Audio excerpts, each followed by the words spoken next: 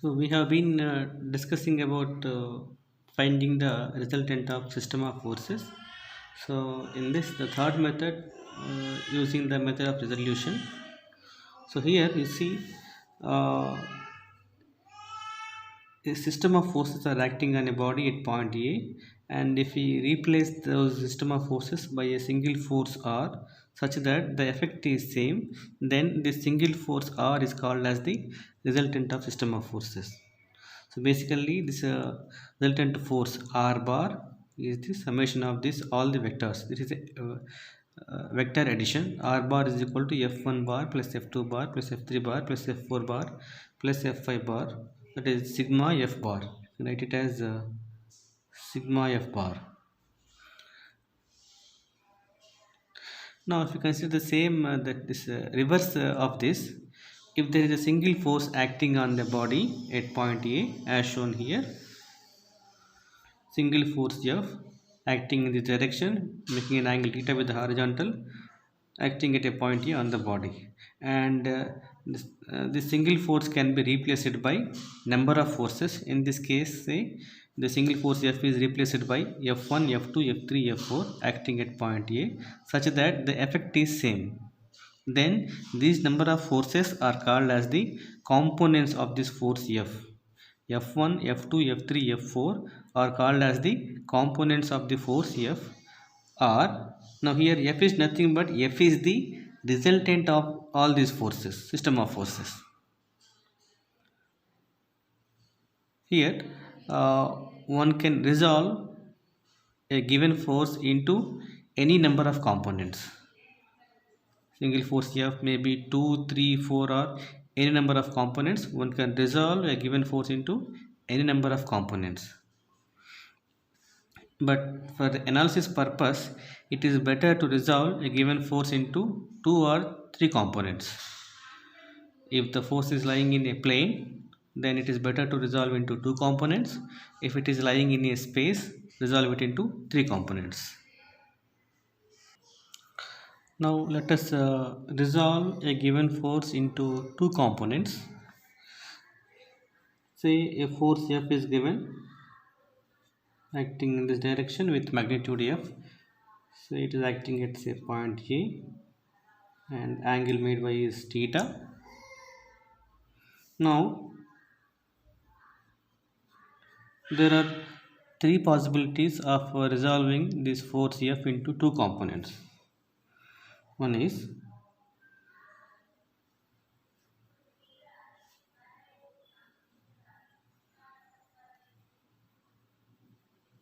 I'm resolving like this: F1, F2,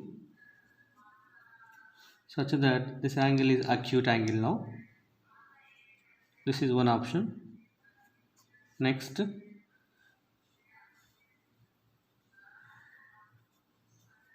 F1, F2, this is right angle, and the other option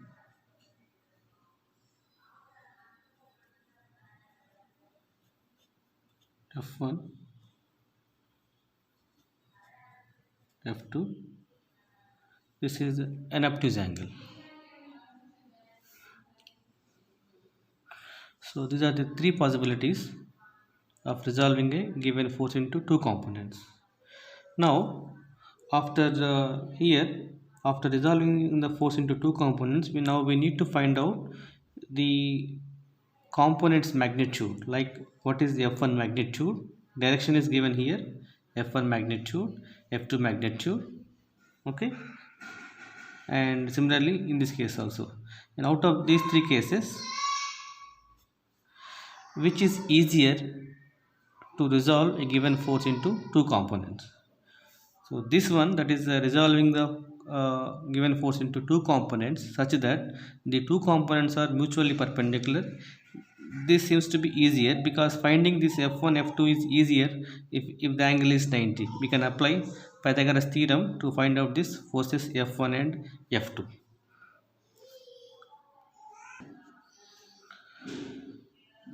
So now here we have resolved given force F into 2 components. and there are three possibilities as shown here in cases A, B, C. In case A, the two components F1, F2 are making an acute angle with each other, and in case B, the two components are making an right angle. So that is, the two components are mutually perpendicular to each other. And in case C, the two components F1, F2 are making an obtuse angle with each other. Now let us see how to find these components magnitudes, F1 magnitude, F2 magnitude in these cases, and we'll get to know which among these three cases, which case is easier to find the magnitudes of the components, and then we can decide based on that how to resolve a given force into components. So in case A now, case A, so as shown here in case A, so let us construct the triangle here using the triangle law.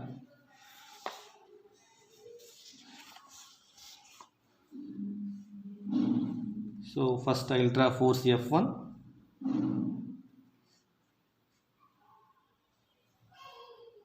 This is F1 force, and from here I will start drawing F2. This F2 is making an angle θ1 with this horizontal line, that is this one. So it is like this. This is F2 and this angle is θ1. Now joining these two, from initial to final, this gives us the resultant force, that is F, according to the triangle law. And this F is making an angle θ with horizontal. F1 is also lying on horizontal line, so this angle is θ. Now this angle is θ1, so it will become 180 minus θ1.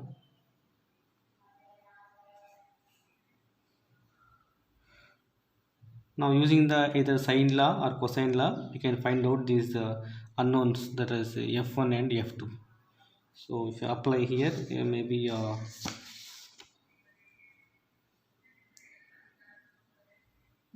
sine law. So according to this sine law, now this is F by sine of 180 minus θ1, and F2 by sine θ, and F1 by, what is this angle? So this is sine of, this angle is θ1 minus θ. Total is 180, so it should be θ1 minus θ. Or and then use some cosine rule. For example, this F square is equal to F1 square plus F2 square minus 2 F1 F2 cos of 180 minus θ, and then solve for F1 and F2, so which is somewhat more time consuming. Now let us go for this, the second one, that is case B, where we have resolved the components such that they are mutually perpendicular. Again construct the triangle using the triangle law. So F1 is horizontal, this is F1, and F2 now acting vertical. So we need to draw from this point. So this is F2, such that this angle is 90, and now joining initial and final, this is nothing but our F, and this F is making angle θ with the horizontal. So now it is a right angle triangle, very straightforward. We can write now this cos θ is equal to F1 by F, and sin θ is equal to F2 by F. So finally now easily we can write that F1 is equal to F cos θ and F2 is equal to F sin θ. Very straightforward, easy to find out the components if we can resolve this given force into to mutually perpendicular components. These components are called as the rectangular components because the angle between the two components is 90 degree. Similarly, let us consider the third case. See here, and in third case it is making an obtuse angle. So first let me draw this f1, and f2 is making an angle theta and acting this direction. This is the f2, and this angle, not this one, this angle is theta 2. This angle is theta 2. See here, both arrows are away from this point, then this angle is theta 2. Same here also. So now we can extend this one and we can show the same arrow here. Now with respect to this point, both arrows are, this arrow and this arrow are both are away, then this angle is theta 2 as per this diagram here.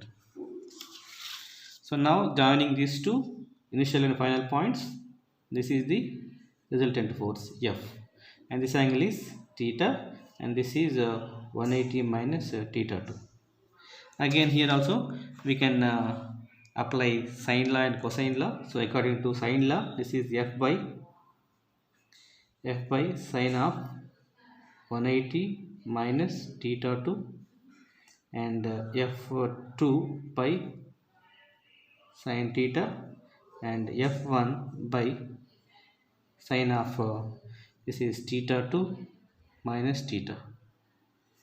And you can apply same cosine rule, f1 square plus f2 square minus 2 f1 f2 cos of 180 minus theta 1. So here it is theta 1, not theta. Here it is theta 2. Now if you see here, say among these three methods, resolving a given force into two mutually perpendicular components like this, it is easier to find out the component magnitudes.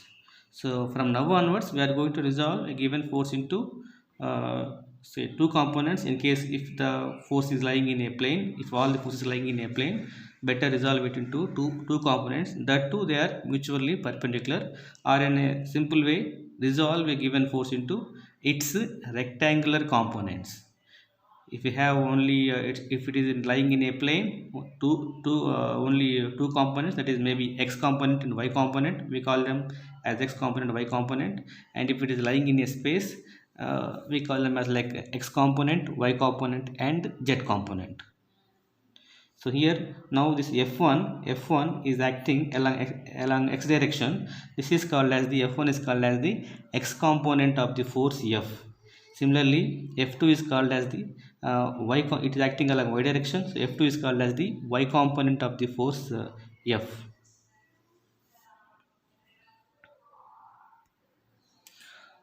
So from now onwards, wherever it is required to resolve a force into components, we will resolve that force into rectangular components like shown in the case B here.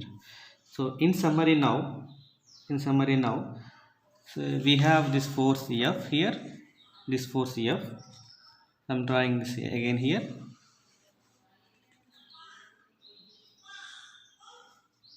Force F acting at point A, making an angle theta with the horizontal line. Now we have resolved into this case, that is into rectangular component, that is case B here. So we got this F1 and F2. This angle is 90. This F is replaced by these two components F1 and F2. Remember here, in all these cases, case A, case B, case C, in all the cases if you apply triangle law, this F bar nothing but equal to F1 bar plus F2 bar. F1 bar plus F2 bar. Because here now this, and we got these values, F1 is equal to F cos theta from here. F1 is equal to F cos theta and F2 is equal to F sin theta.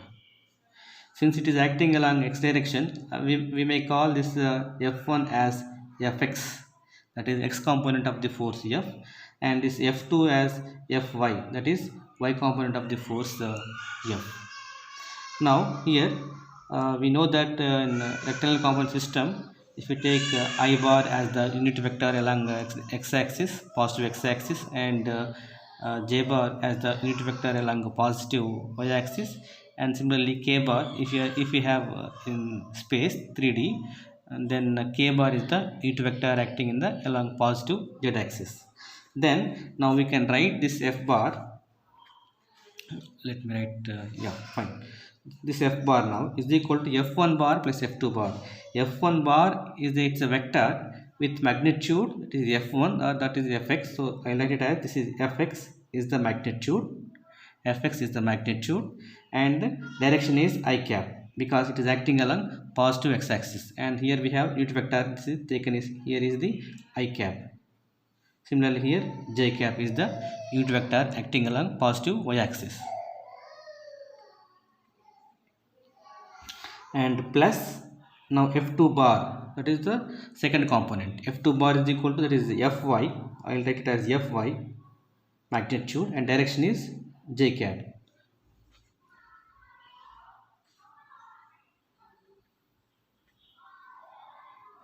And here further if you want, you can write this value fx is equal to f cos theta I cap, fy is equal to f sin theta j cap.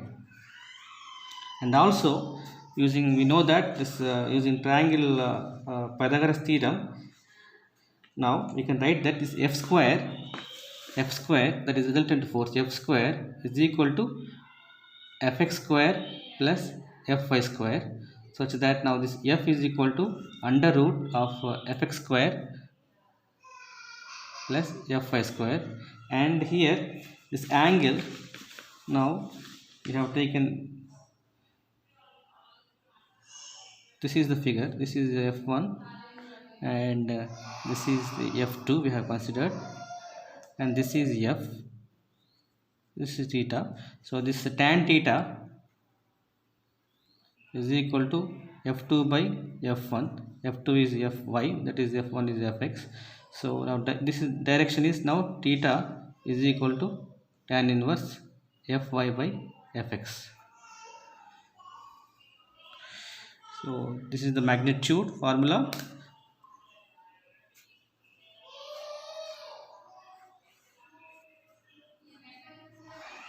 and this is the angle.